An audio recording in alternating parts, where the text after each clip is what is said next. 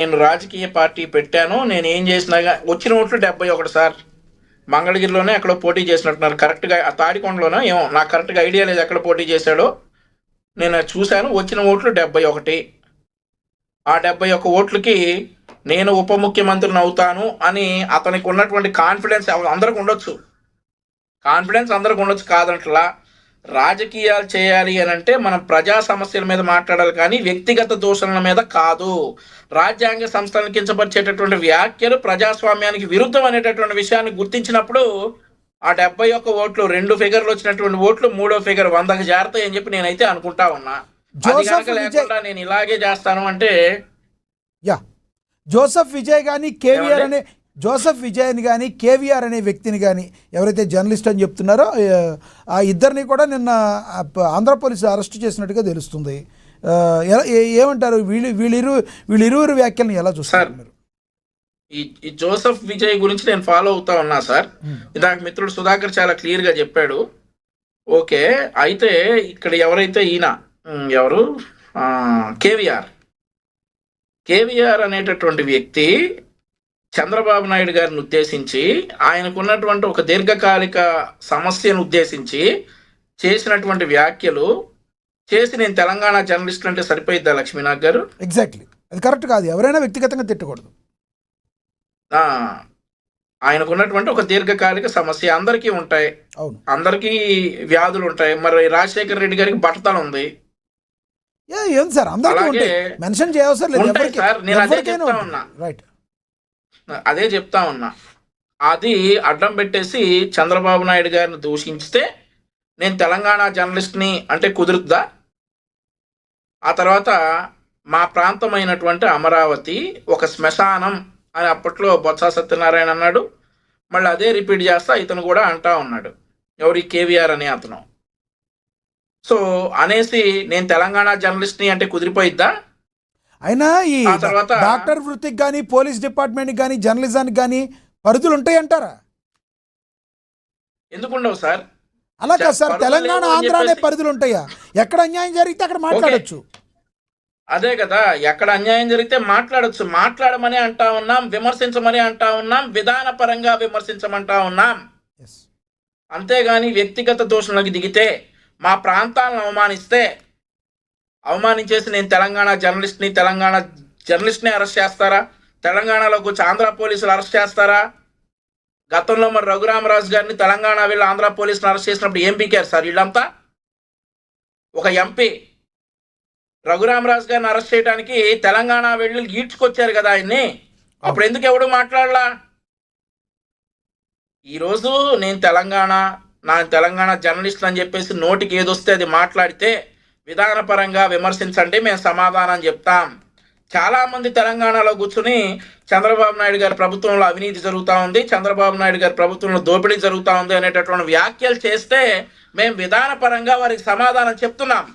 అంతేగాని ఇక చంద్రబాబు నాయుడు గారికి ఉన్నటువంటి దీర్ఘకాలిక సమస్య గురించి మా ప్రాంతాన్ని శ్మశానాలతో పోల్చి ఇక ఎర్రి డాష్ రాజ్యాంగం అని చెప్పేసి రాజ్యాంగాన్ని అవహేళన చేస్తా ఉంటే వాడు తెలంగాణ అయితే ఏంటి, ఢిల్లీ అయితే ఏంటి ఈడ్చుకొస్తారు. తెలంగాణ రక్షణ సమితి అధ్యక్షురాలు ఎవరైతే కల్వకుంట్ల కవిత కూడా చాలా బాధపడ్డారు. నిన్న మీరు చూసారో లేదో, రేవంత్ రెడ్డి గారిని మీద కూడా ఆవిడ కన్నెర్ర చేశారు. ఏం జరుగుతుందని ఆవిడ ప్రశ్నించారు. చూసారా మీరు? ఏమేర్ర చేశారు సార్? కన్నెర్ర చేశారండి. కన్నెర్ర చేశారా?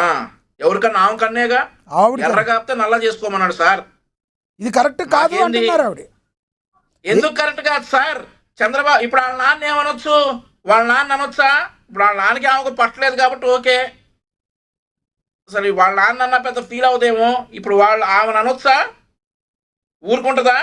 నేను ఏపీలో కూర్చొని ఆమెను వ్యక్తిగత దూషణలు చేస్తా, వ్యక్తిగతంగా విమర్శిస్తా, ఊరుకుంటుందా? వాళ్ళ ఆయన్ని విమర్శిస్తా, ఊరుకుంటుందా? కేసు పెడుతుంది, పోలీసులు వస్తారు, విమర్శించారు, కేసు పెడుతుంది, పోలీసులు వస్తారు, తీసుకెళ్తారు. మొన్న ఆవిడ ఒక మాట అనింది సార్, అమరావతిలో నీళ్లు తోడుకోండి, మీ సెక్రటరియట్ లో మీ సీఎం సీట్ కిందకు వచ్చే నీళ్లు తోడుకోండి అనింది ఆవిడ.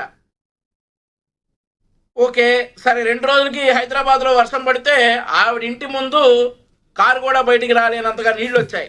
మరి ఇంట్లో కూడా వచ్చాయో మనం అయితే చూడలేదు. కానీ దూషణలు చేసేటప్పుడు వ్యక్తిగత దూషణలు చేస్తే జర్నలిస్ట్ కావచ్చు, రాజకీయ నాయకులు కావచ్చు, ఎవరైనా మమ్మల్ని విధానపరంగా ప్రశ్నించండి, మేము సమాధానం చెప్తాం. వ్యక్తిగతంగా దూషణలు చేస్తే మరి పోలీసులు వస్తారు డెఫినెట్లీ. రైట్ రైట్ ఇంకొక విషయం ఏంటంటే, ఇప్పుడు సార్ ఒక విషయం వినండి. చెప్పండి. కేవీఆర్ అనే అతన్ని ఈ రోజే వెళ్ళి తీసుకురాలా.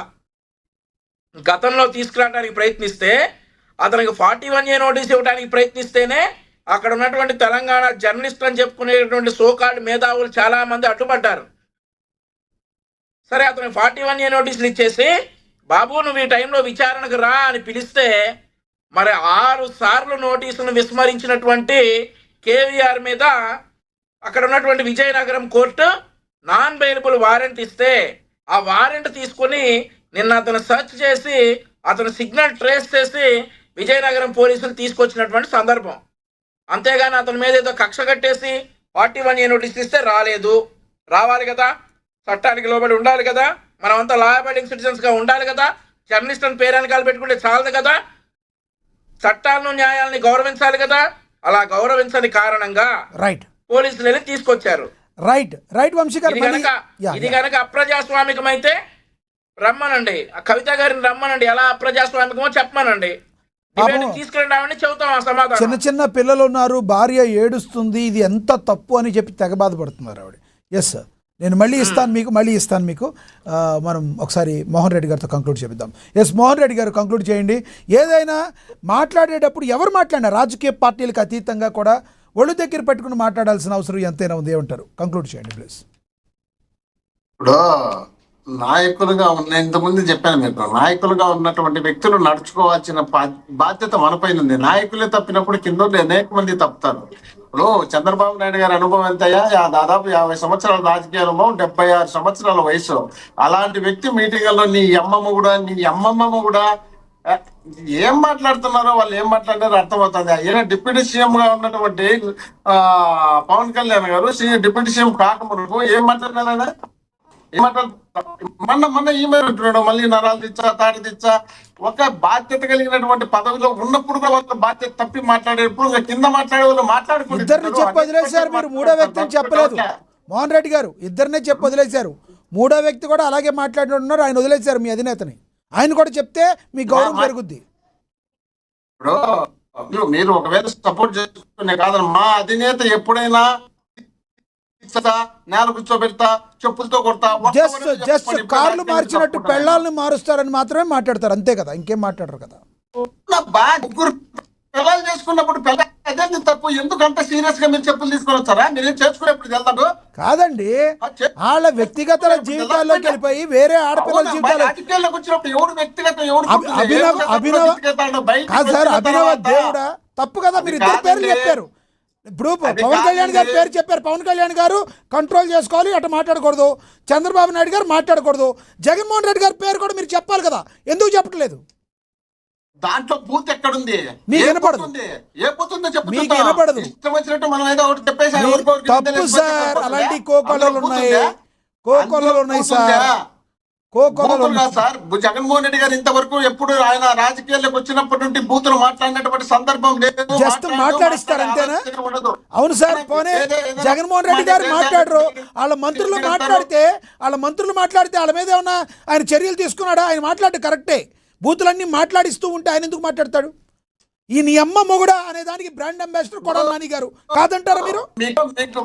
మీకు ఒక విషయం తెలుసునో లేదో చెప్పండి. ఈ జడా శ్రావణ్ అనే వ్యక్తి జగన్మోహన్ రెడ్డి గారు తిట్టినప్పుడు ఆయన మళ్ళీ మీలా పర్సనల్ గా ఇంటర్వ్యూ చేసినప్పుడు నాకు లోకేష్ గారు డబ్బులు ఇచ్చినారు, నన్ను సాకింది లోకేష్ గారే, నా ఉద్యోగం పోయిన తర్వాత నన్ను సాకింది లోకేష్ గారే, నేను లోకేష్ గారు కట్టుబడే సపోర్ట్ చేస్తాను అని చెప్పినటువంటి వ్యక్తిని ఒకసారి కావాలంటే మళ్ళీ నీకు చూపిమంటే పంపిస్తా. అది విన్నా నేను. ఆయన కూర్చోబెట్టి సపోర్ట్ చేస్తారా జగన్మోహన్ రెడ్డి గారు?